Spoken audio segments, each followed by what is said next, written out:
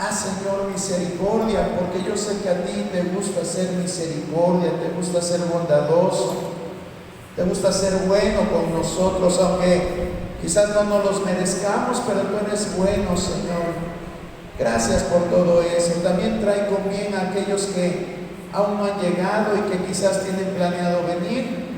Tráelos con bien, que traigan toda la intención de escuchar tu palabra, de aprender. Que tengan, Señor, ese deseo también de alabar tu nombre y de exaltarte, Señor. Te pedimos que este culto sea de tu agrado. Quita todo aquello que puede estorbar. Limpia nuestros oídos, limpia nuestro corazón de todo aquello que hemos hecho consciente o inconscientemente y que no te ha agradado, Señor Dios. Ven a romper cadenas, ven a romper todo aquello, Señor Dios, que el enemigo quizás ha plantado. Señor, yo te pido que tú lo eches fuera, Señor. Te lo pedimos en el nombre de tu Hijo amado Jesucristo. Amén.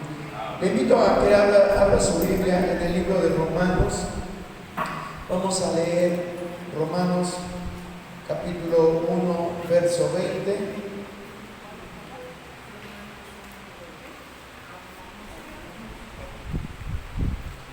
Romanos capítulo 1, verso 20.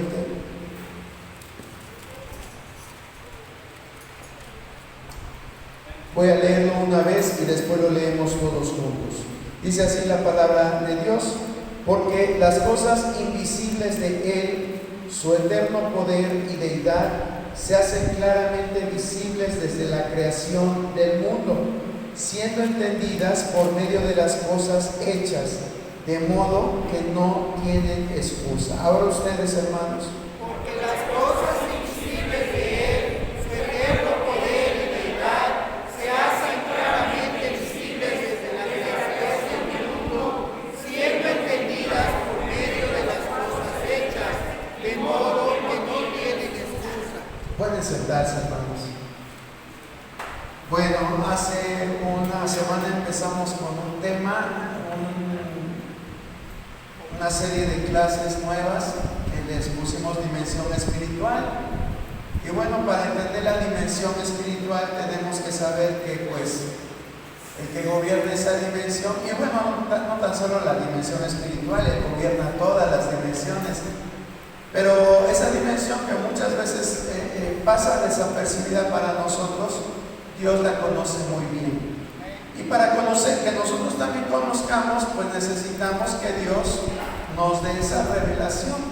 Y fue el primer subtema que empezamos a ver acerca de la revelación.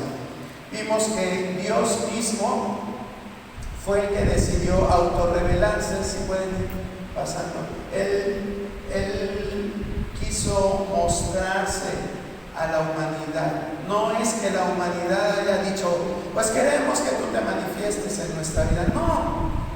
No, desde antes de que existiéramos nosotros, Él tenía esa intención de darse a conocer a la humanidad. Y vimos algunas citas en las cuales Él se hizo presente en la historia del pueblo escogido que Él tenía. Él puso el tiempo, puso las formas, las maneras, el lugar donde Él quería manifestarse. Entonces nosotros lo que tenemos en este libro es prácticamente una síntesis de lo más importante de cómo Dios se ha revelado a la humanidad.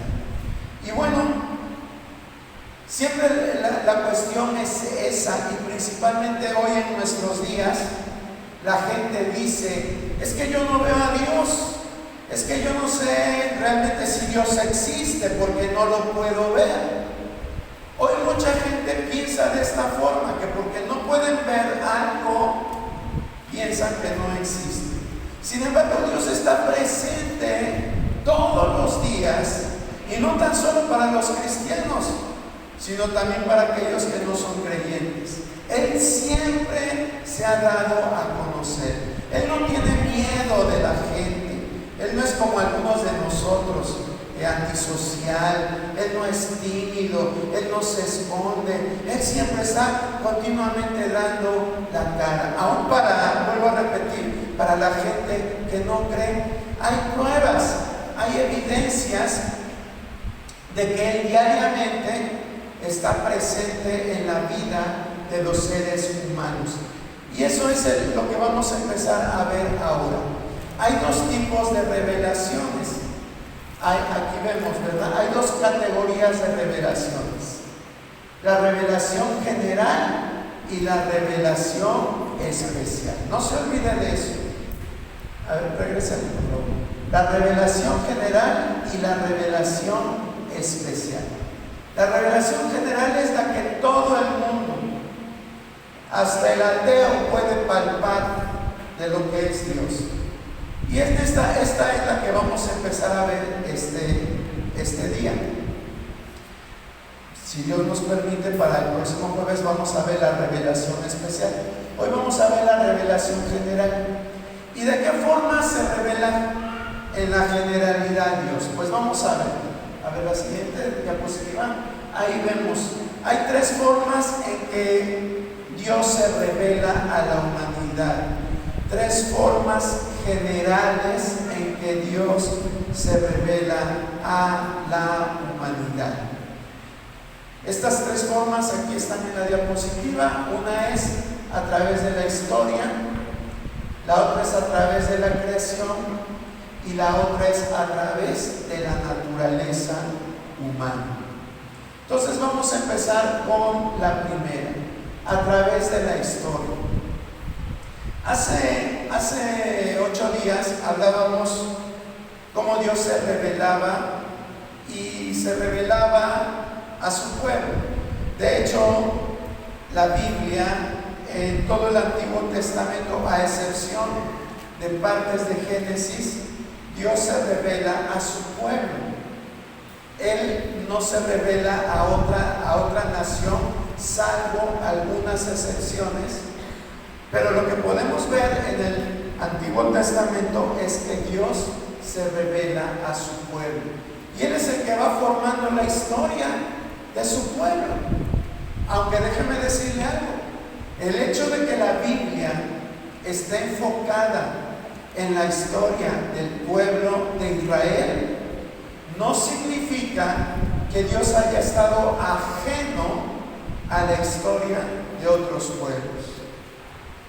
Dios fue el que trazó, el que diseñó la historia de cada nación, de cada pueblo.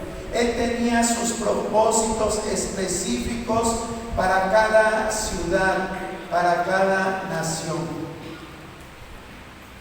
Por ejemplo, si leemos el pasaje que está en Daniel 2:21, podemos ver esta generalidad que yo les estoy diciendo. ¿Sí? ¿Alguien que pueda leer Daniel 2:21, por favor?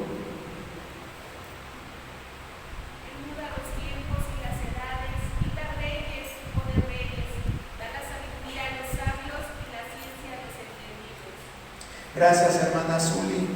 Aquí vemos cómo el control que Dios tiene de la historia no era específicamente para el pueblo de Israel. Aquí vemos claramente que dice, Él muda, es decir, Él cambia los tiempos y las eras o las edades. Él quita reyes y pone reyes. Y no se estaba refiriendo únicamente al reino de Israel. Él dice, quita reyes, habla en plural. Quita y pone reyes. Da la sabiduría a los sabios y la ciencia a los entendidos. Entonces, aquí, si nosotros nos ponemos a analizar este pasaje, pues es prácticamente, aunque solo es un verso de la Biblia, pero podemos ver cómo Dios actúa en todo. Dios permite que haya naciones poderosas. Dios permitió en la antigüedad que se levantara Egipto como una nación poderosa. Dios permitió que se levantaran los asirios como un imperio poderoso, que se levantara Babilonia, que se levantara Grecia, que se levantara Roma. Eso por hablarle de la antigüedad. Pero, por ejemplo, ¿qué naciones poderosas hay? ¿Quién? Rusia, China, nuestro vecino del norte, Estados Unidos. ¿Cuál otra? Alemania. Sí, o sea, todas estas naciones no es porque tuvieran muchos recursos naturales. Si por recursos naturales pues fuera la potencia de una nación, México sería primermundista. México es una nación que ha desperdiciado muchos recursos naturales y seguimos siendo una nación tercermundista. Pero es Dios el que dictamina. Él fue el que dictaminó. A partir de 1950 después de Cristo, voy a hacer que haya dos naciones poderosísimas, Rusia y Estados Unidos. Y al final de ese siglo se levantarán otras potencias como China. Humanamente la gente puede decir, es que China tiene una población muy grande, tiene una economía de esta forma, y podemos hablar en términos humanos. Pero el tema del que estamos hablando es dimensión espiritual. Todo lo que sucede en el mundo espiritual, primeramente, se refleja en el mundo material. Todo primeramente surge en lo espiritual y después en lo material. Y aquí en este pasaje de Daniel lo vemos. Dice, Él es el que pone los reyes y Él es el que los quita. Tan fácil como que hoy dijera, ¿saben qué? Yo creo que a Donald Trump le voy a hacer que tenga un ataque al corazón, que no queremos, ¿verdad? Pero para que entienda usted en qué consiste la soberanía de Dios. Él en un segundo cambia las circunstancias, cambia los tiempos. Eso es lo que dice Daniel 2:21. Eso es lo que estamos leyendo en este momento. Tanto que le podemos sacar de provecho este pasaje y que nos explicaría algunas cosas que no podemos entender. Algunos todavía nos duele que hayan venido los españoles a conquistarnos, que nos hayan venido a matar a nuestros antepasados. Nos duele que los griegos nos hayan quitado buena parte del territorio nacional. Pero ¿sabe qué? Antes de que viniera Hernán Cortés, antes de que Santa Anna vendiera parte del territorio nacional, Dios ya había determinado que sucedería esto. Dios ya lo había determinado. ¿Por qué? Porque Él es el que cambia los tiempos. Él es el que determina todo, hermano. Todo. También dice aquí que Él es el que da, dice al final del verso, dice, Él es el que da la sabiduría a los sabios y el que le da la ciencia a los entendidos. Hay gente muy sabia que tiene mucho conocimiento, grandes hombres que se han levantado y no son cristianos. Por ejemplo, Isaac Newton sí era creyente. Isaac Newton, dicen los críticos de la ciencia, que fue el científico más grande de todos los tiempos. Fue el que descubrió la fuerza de gravedad, Isaac Newton. Y los científicos modernos lo catalogan como el científico más grande, incluso por arriba de Albert Einstein. Albert Einstein no era cristiano, sin embargo Dios lo dotó de esa sabiduría.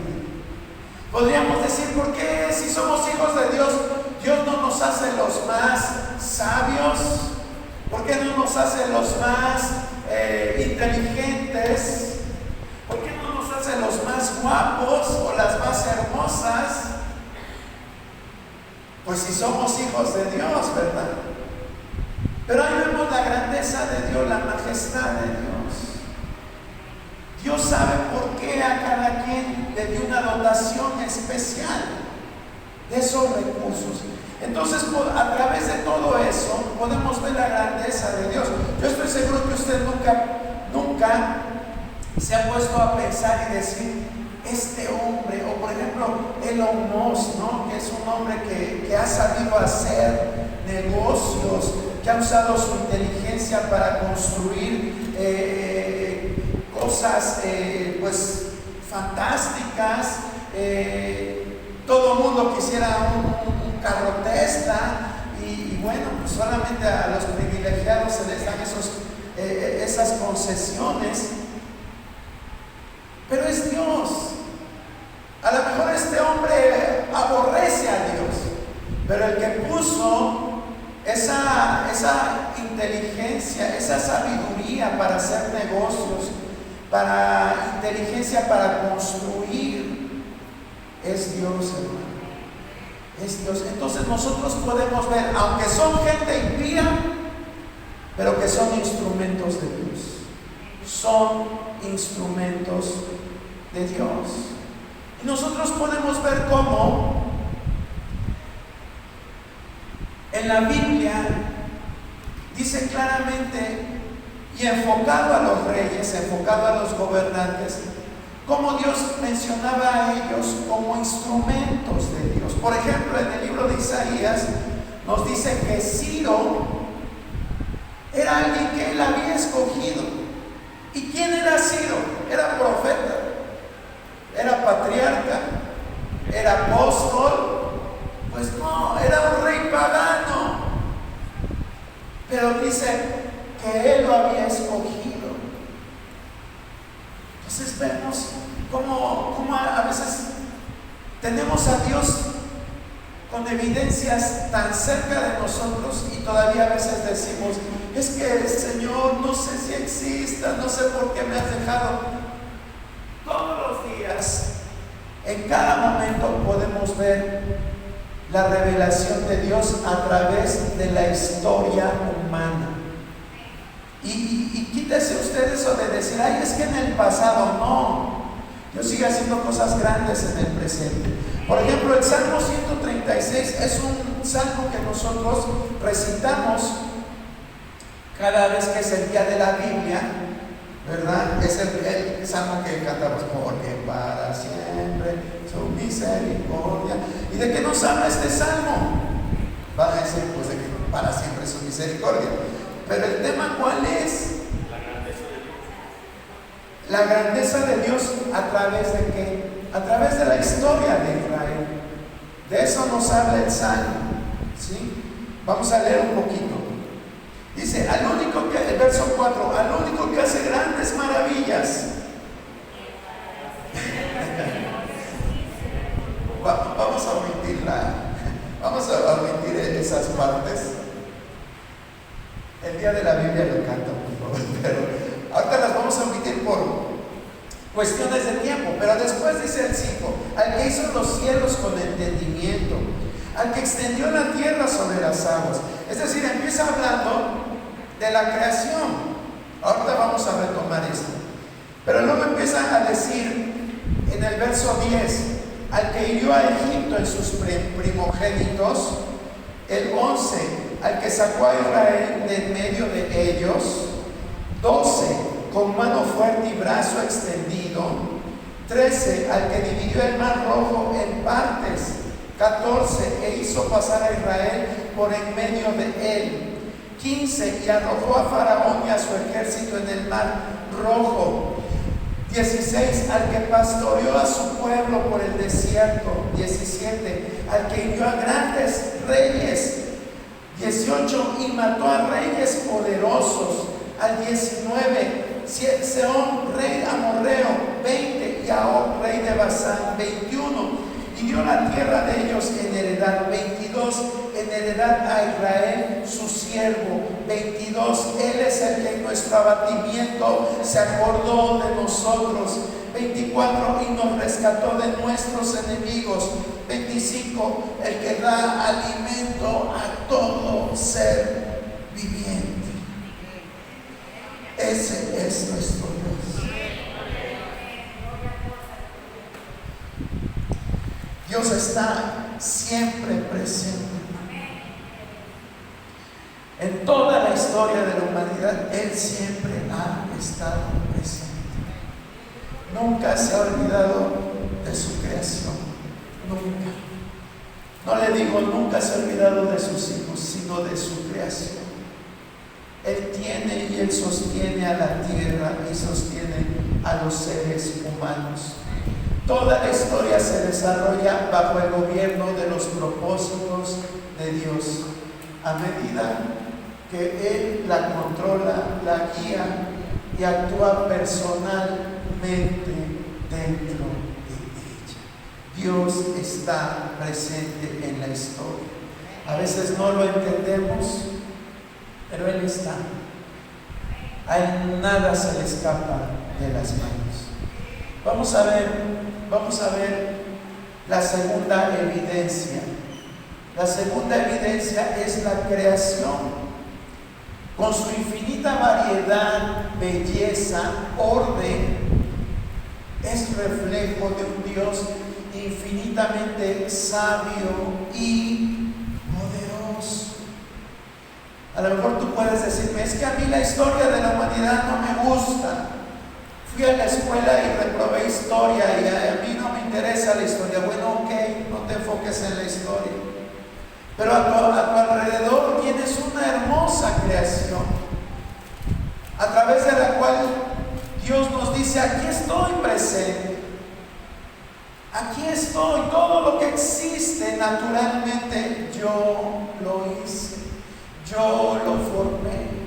Es producto de mi palabra, es el producto de lo que yo deseaba para la humanidad. En verdad que Dios es un Dios creativo, hermano. ¿Qué te gusta a ti de la creación? Voy a preguntar. Yo les dije hace 8 días que lo que vamos a tener en estas enseñanzas es participación. Entonces, ¿qué les gusta a ustedes de la creación? La luna. ¿Qué te gusta de la luna, hermana Clara? Su luz, cómo se ve reflejada. Su brillo que da en la noche, ¿verdad? A ver, alguien más que quiera compartir. Las montañas. ¿Qué le gusta de las montañas? Bueno, que son impresionantes, ¿verdad? Impresionantes las montañas. ¿Qué otra cosa? Hermana Chávez. Cuando subo hasta allá arriba al cielo, llego a un lugar donde se ve todo Dios en la mesa, todo lo que ha hecho para nosotros, y regresa a Dios. Amén. O sea, bueno, fue más general nuestra hermana Chávez. Qué bueno, hermana Gemima. Las estrellas, aunque se ven unos puntitos y a veces si está nublado ni se ven. Pero es bonito ver un cielo estrellado. Por ahí dicen que cuando estás en un cerro se ve más bonito las estrellas. No sé, nunca he tenido esa experiencia, pero me han contado que cuando estás en lugares elevados es más bonito ver las estrellas. ¿Qué otras cosas les gustan? ¿Les llaman? ¿Sí, hermana Moni? El mar. El mar. Ay, el mar es precioso, precioso, precioso. Yo cuando estoy frente al mar, me da tanta paz el estar viendo el mar. Nada más verlo, nada más con ver el mar me da mucha tranquilidad y paz. Hermana Maguito.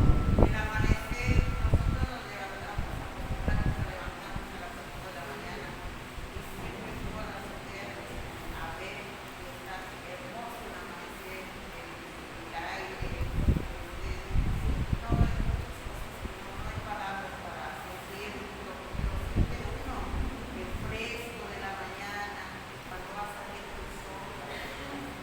Es una cosa impresionante. Cuánta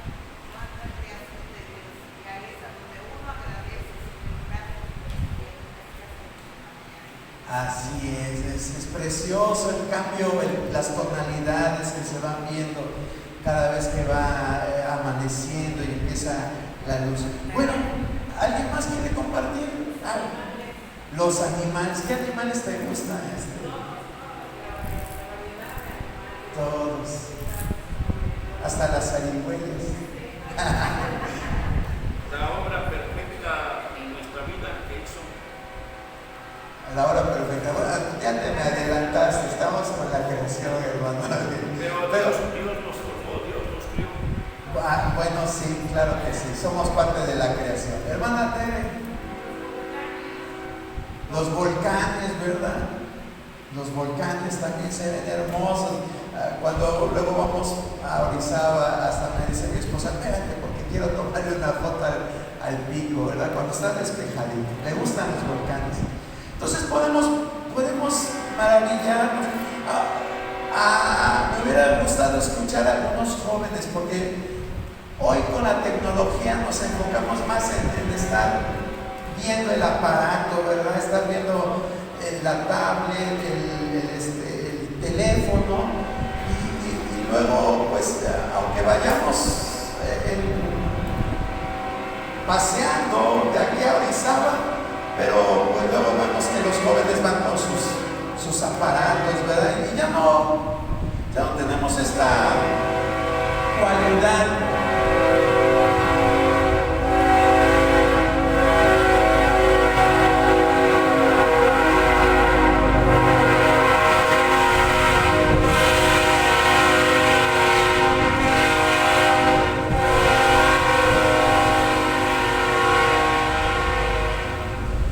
Esta cualidad de ver pues la naturaleza ya no nos interesa. Y bueno, desde antes que existieran estos aparatos, pues yo le hablo de mí, ¿verdad? Pues a mí realmente no me interesaba la naturaleza, y hoy que ya estoy pues acercándome más a la tercera edad, no sé si sea por eso, ¿verdad? No sé si sea el cambio por eso, o a lo mejor Dios me puso un poquito más de conciencia, pero empiezo a observar ahí en la casa. Gracias a Dios, Dios nos ha permitido que crezcan árboles, y antes pues ni en cuenta, ¿verdad? No, o sea, ni siquiera tomaba el cuidado de regarlos, hacer algo para mantenerlos. Y ahora, pues gracias a Dios, Dios nos puso un framboyán en medio del terreno. ¿Cómo me gusta ese árbol? Echa un montón de hojas y siempre tiene que estar barriendo para quitar las hojas. Pero qué hermoso, y con estos calores, la sombra que da, híjole, se siente tan bonito. Si tenemos árboles frutales, gracias a Dios, duraznos, granadas, aguacate, pues yo le doy gracias a Dios, cosa que si usted me dice hace 10 años lo hubieras hecho, yo le hubiera dicho no me interesaba. Pero actualmente pues veo la grandeza de Dios. No veo a Dios, sino que veo la grandeza de Dios a través de su creación. Y abro este paréntesis porque fíjese que hay gente, de hecho es una corriente de pensamiento que dice, pues es que Dios está en todas partes. Y sí, Dios está en todas partes, pero lo que Él hizo es su creación. ¿Por qué hago este énfasis? Porque a lo mejor usted lo entiende claramente, pero como hay gente que dice Dios es todo y todo es Dios, entonces se ha creado una filosofía, y no es nueva, esto ya tiene mucho tiempo, que se llama panteísmo. Y el panteísmo en eso consiste en decir que todo es Dios. Dios es todo y por consiguiente todo es Dios. Pero no es así. Dios hizo la creación y podemos ver lo que dice ahí. Podemos ver su infinita variedad, su belleza, su orden, su creatividad de Dios, su sabiduría, su poder a través de todo lo que Él hizo. Pero Dios no es una hormiga. o Dios no es un árbol, o Dios no es una planta. ¿Sí? Yo estoy seguro que usted me entiende, pero hay gente que no lo entiende y piensa que una planta es Dios, un animal es Dios, y no es así. Bueno, entonces hay salmos que nos hablan de esto, de la creación. Por ejemplo, no vamos a leer todos los salmos, pero por ejemplo, el Salmo 19 empieza diciendo: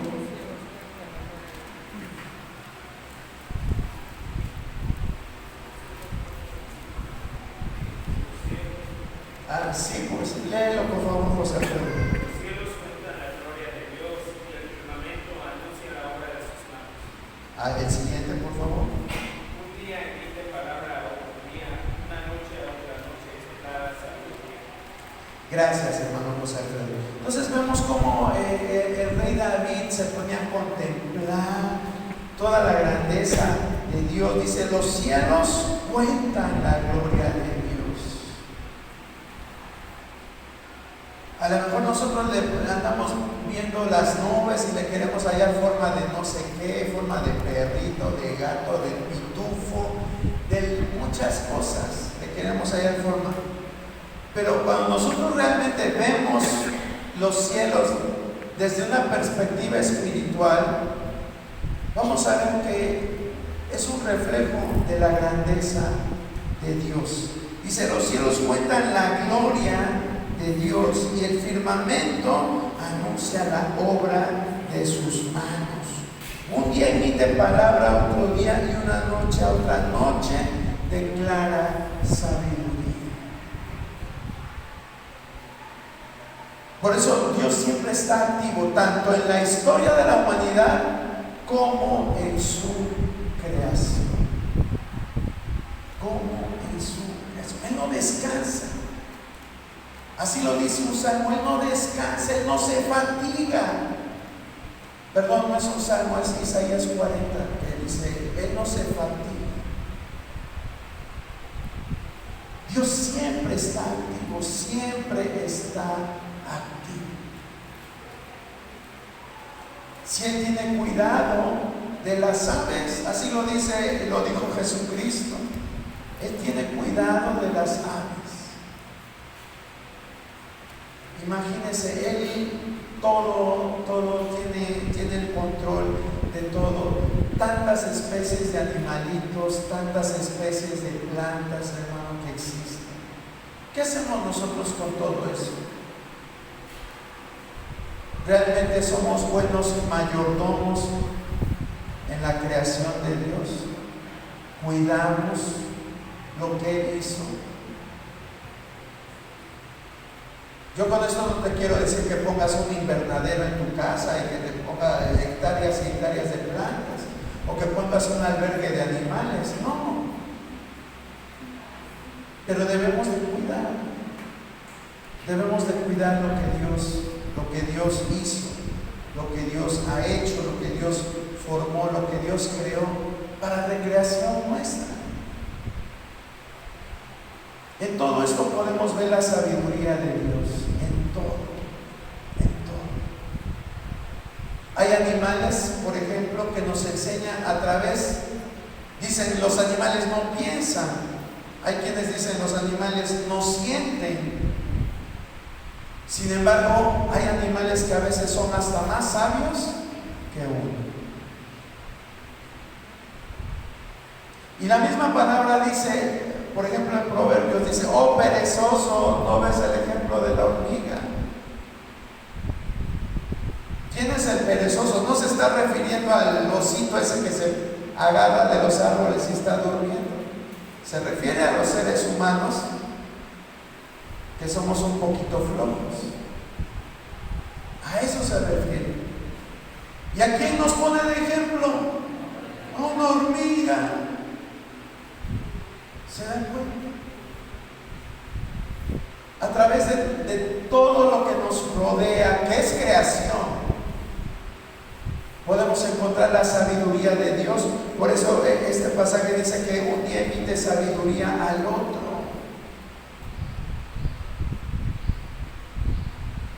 día emite sabiduría en otro. Como hacen diferentes animales sus madrigueras, sus cuevas, sin tener un arquitecto que les diseñe, que les diga cómo unos pájaros hacen nidos con ramitas, con desechos. ¿Cree usted que es obra de la casualidad? No, es porque Dios plantó ahí, es parte de su obra. Lleva la firma de Dios todo lo que vemos, todo lo que vemos. ¿Qué dice el Salmo 33, verso 6?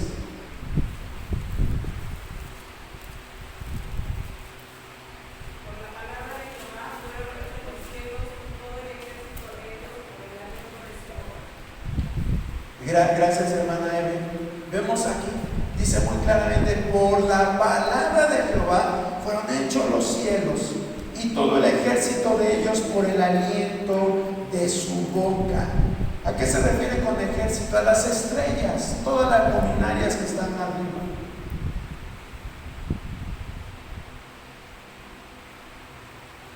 El planeta Tierra, pues es comparado con otras estrellas, como por ejemplo el Sol, pues es una insignificancia.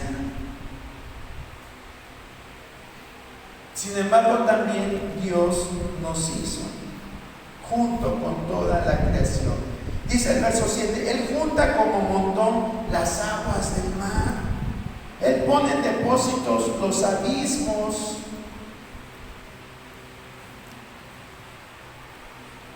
Dice: tema Jehová toda la tierra, teman delante de Él todos los habitantes del mundo. Porque Él dijo y fue hecho, Él mandó y existió. Otro salmo también, vamos a brincarnos algunos. El 104 nos habla de esto.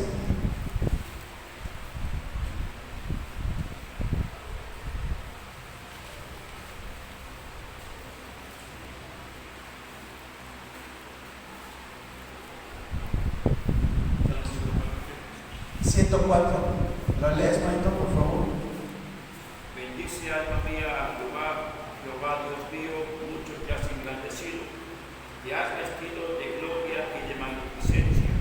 El que se cubre de luz como de vestidura, que extiende los cielos como una cortina, que establece sus aposentos entre las aguas, el que pone las nubes por su carroza, el que anda sobre las alas del viento, el que hace a los vientos sus mensajeros y a las llamas de fuego sus ministros, para que Él fundó la tierra sobre sus cimientos, no será jamás removida. Con el abismo como con vestido la cubriste, sobre los montes estaban las aguas, a tu reprensión huyeron, al sonido de tus truenos se apresuraron. Subieron los montes, descendieron los valles, al lugar que tú les fundaste.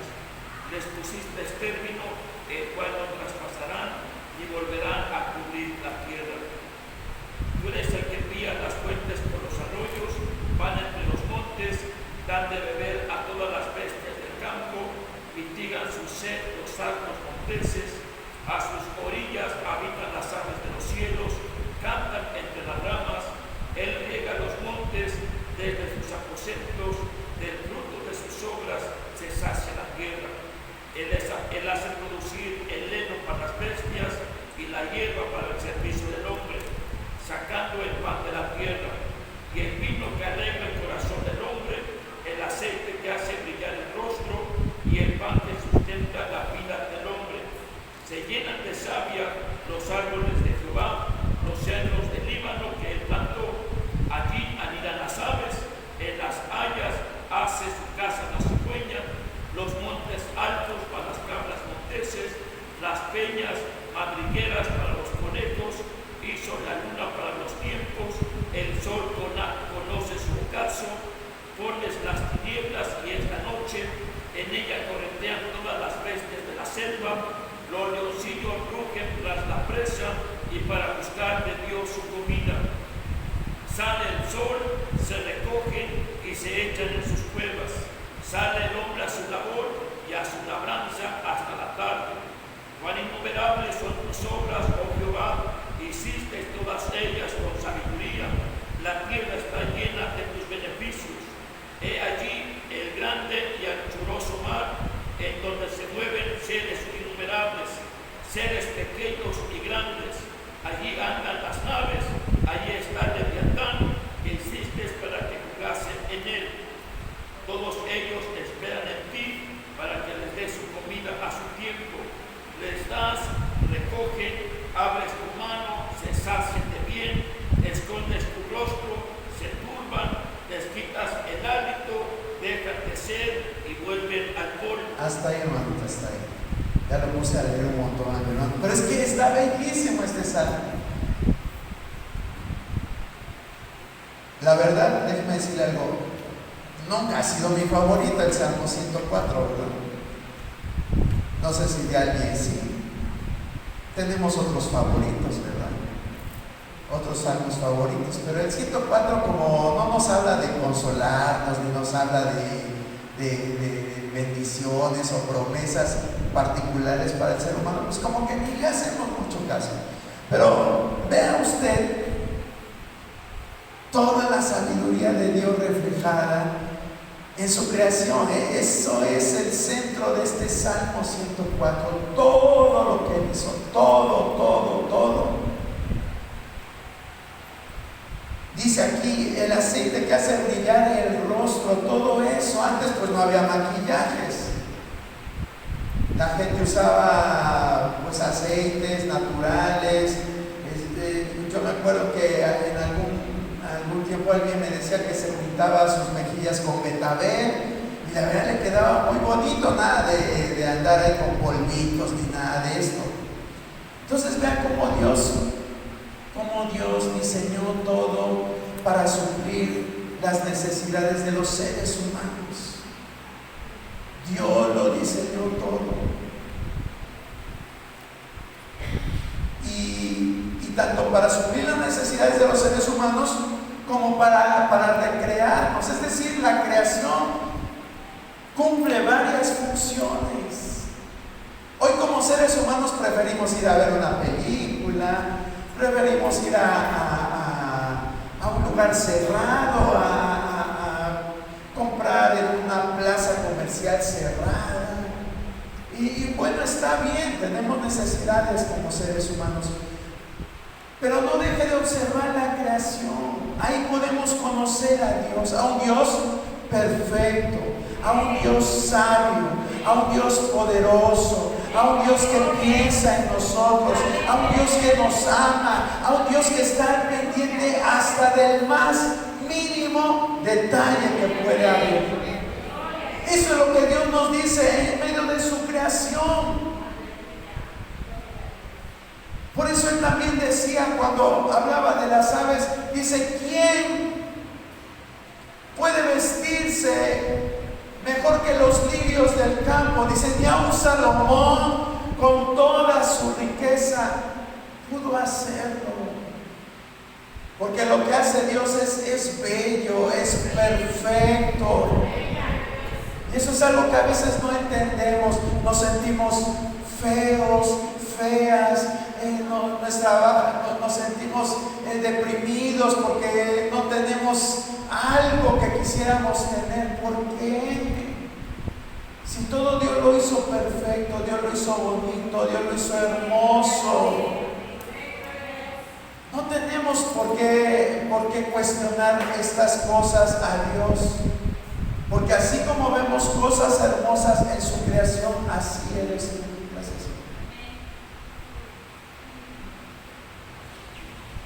No tenemos por qué cuestionar. Y esto era algo que lo sabía muy bien David, era algo que lo sabía Pablo. Pablo muchas veces, para llegarle a la gente, a los gnósticos, a los agnósticos, a los epicúreos, a toda esta gente, todas estas filosofías que había en sus tiempos, Pablo hablaba de la creación de Dios, como por ejemplo ahí en Hechos 14, 15 y 17. Vamos a ver qué dicen estos pasajes. Ya no son salmos, pero Pablo habla también acerca de la creación. para que la gente se diera cuenta que Dios estaba presente.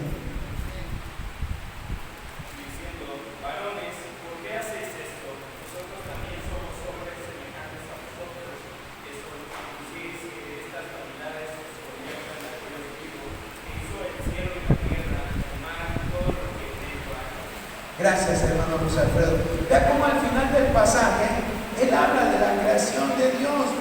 Dice: estas vanidades os convirtáis al Dios vivo, que hizo el cielo, tierra, mar y todo lo que en ellos hay.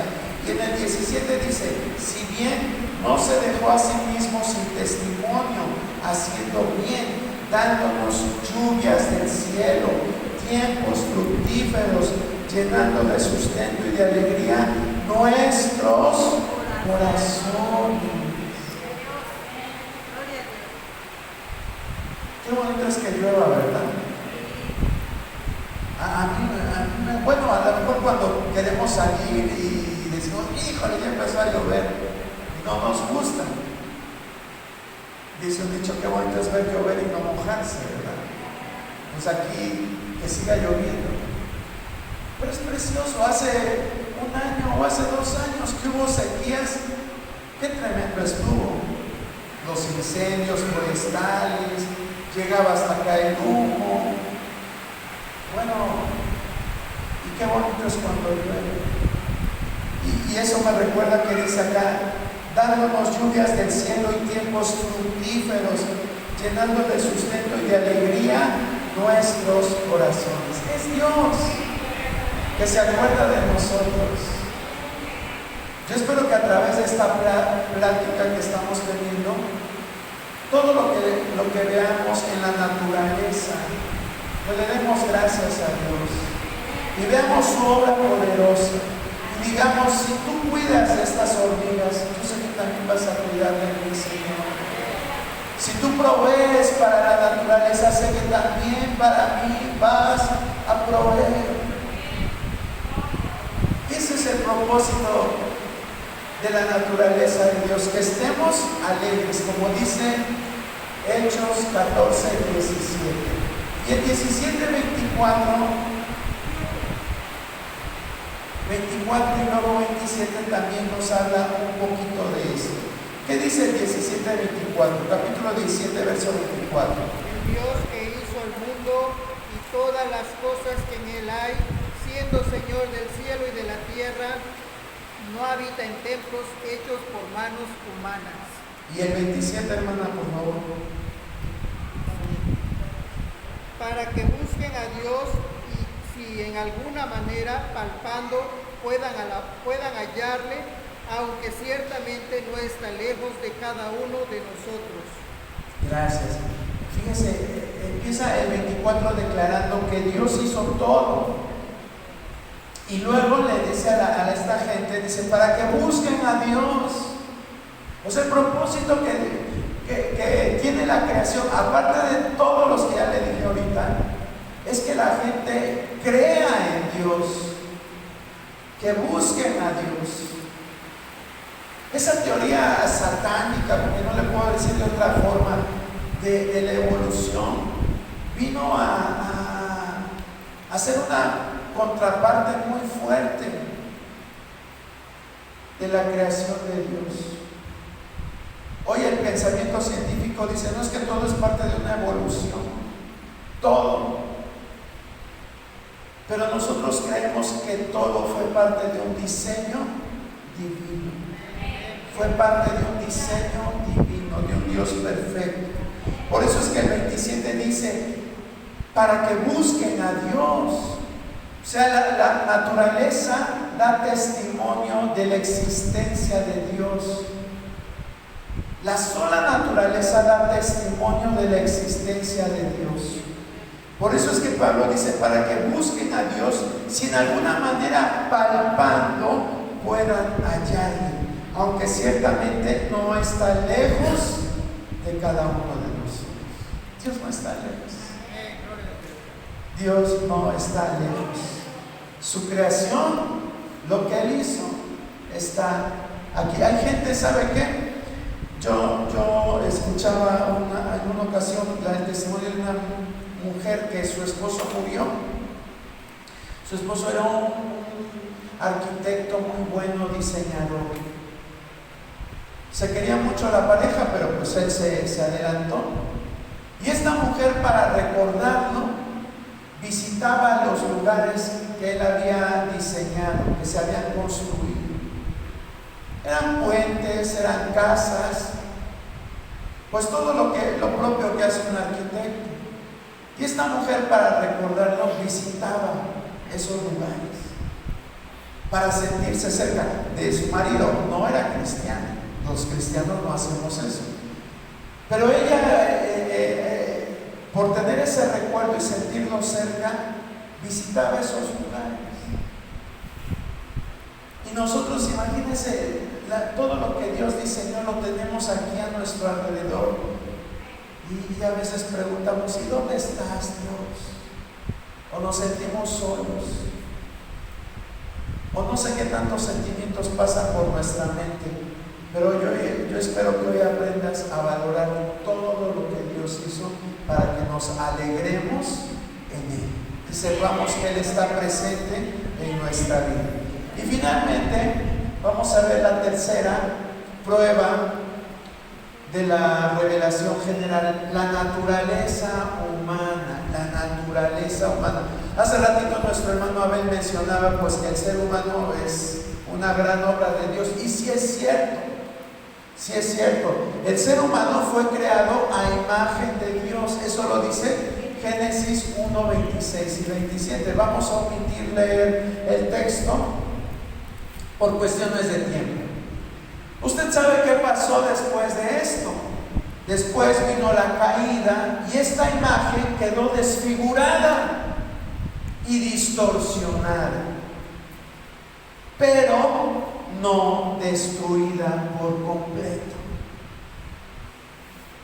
Yo no sé si usted ha pensado acerca de eso. Dice la palabra que Dios sopló de su espíritu en el ser humano y vino a ser un ser viviente. Y lo creó y lo diseñó a su imagen y semejanza. Cuando escuchamos esta expresión, creemos que a lo que se refiere es a nuestro aspecto físico. Pues déjeme decirle que no, porque Dios es espíritu. Dios no tiene brazos, Dios no tiene piernas, Dios no tiene corazón, Dios no tiene más dedos. ¿Sí? Y entonces va a decir: entonces esa imagen, ¿a qué se refiere? Bueno, se refiere a nuestra esencia. A nuestra esencia. ¿Qué dice Génesis 9, 6 y Santiago 3, 9?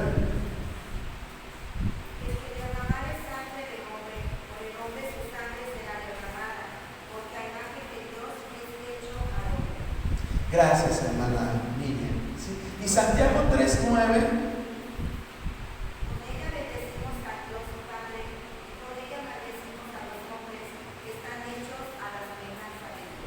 Gracias, hermana Miriam. Entonces, fíjese, aquí no dice los hijos de Dios son hechos a imagen de Dios, dice el ser humano. Por eso es que, vuelvo a repetir, hay personas que dicen: pues debería darle un poquito de esa inteligencia, de esa sabiduría, de esa destreza,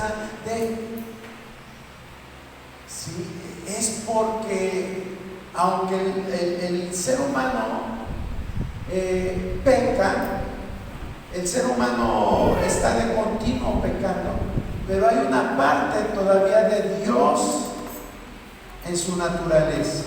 Hay una parte de Dios en su naturaleza. Y ese es el punto que quiero que veamos. Dice: aunque de manera inadecuada, la naturaleza moral y espiritual de la humanidad refleja el carácter moral de Dios. ¿Sí? Otra vez se lo voy a leer. Aunque de manera inadecuada, la naturaleza moral y espiritual de la humanidad refleja el carácter moral de Dios. Eso es lo que nos transmitió Dios, su carácter moral. Vamos a ver qué dice Romanos 2, 11, 15. Romanos 2, 11, 15. Porque no hay excepción de personas para con Dios, porque todos los que sin ley han pecado, sin ley también perecerán, y todos los que bajo la ley han pecado, por la ley serán juzgados, porque no son los oidores de la ley los justos ante Dios, sino los hacedores de la ley serán justificados. Porque cuando los gentiles que no tienen ley hacen por naturaleza lo que es la ley, estos, aunque no tengan ley, son ley para sí mismos, mostrando la obra de la ley escrita en sus corazones, dando testimonio su conciencia y acusándoles o defendiéndoles sus razonamientos. Gracias, hermano Arturo. Entonces aquí Pablo habla, está así como que muy, parece trabalenguas, ¿verdad? Esta porción, pero está fácil de entender si estamos comprendiendo lo que estamos diciendo. Pablo les estaba hablando acerca de los judíos que tenían una ley. Esa ley servía para que los judíos actuaran de una forma buena o de una forma mala. Si todos sabemos esto de la ley judía, ¿verdad? Bueno, pero aquí nos habla de dos leyes. La ley que profesaban los judíos, ¿y cuál era la otra ley? Ahí está.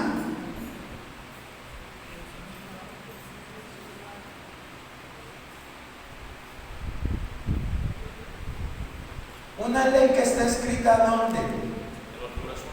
En los corazones. Los judíos tenían una ley que estaba en su Torah, bueno, no tenían Biblia, ¿verdad? Pero tenían la ley que era la Torah, así le llamaban a la ley, y a través de ella se regían. Bueno, pero entonces, aquí nos está hablando que también acerca de gentiles. Dice el verso 14, porque cuando los gentiles que no tienen ley hacen por naturaleza lo que es de la ley. A ver, un ejemplo. ¿Qué decía la ley de Moisés? Sí, bueno, pero vámonos a los 10 mandamientos, algo más sencillo. No matarás. Sí, era parte de la ley de Moisés. Dice acá, porque cuando los gentiles que no tienen ley hacen por naturaleza lo que es de la ley, es decir, cuando los gentiles no matan, ¿por qué no lo hacen?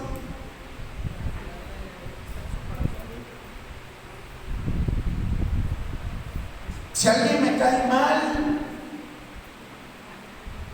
y si no tengo ley, o sea, ¿quiénes tenían la ley? Los judíos. Los gentiles podrían decir, pues esa es la ley de los judíos.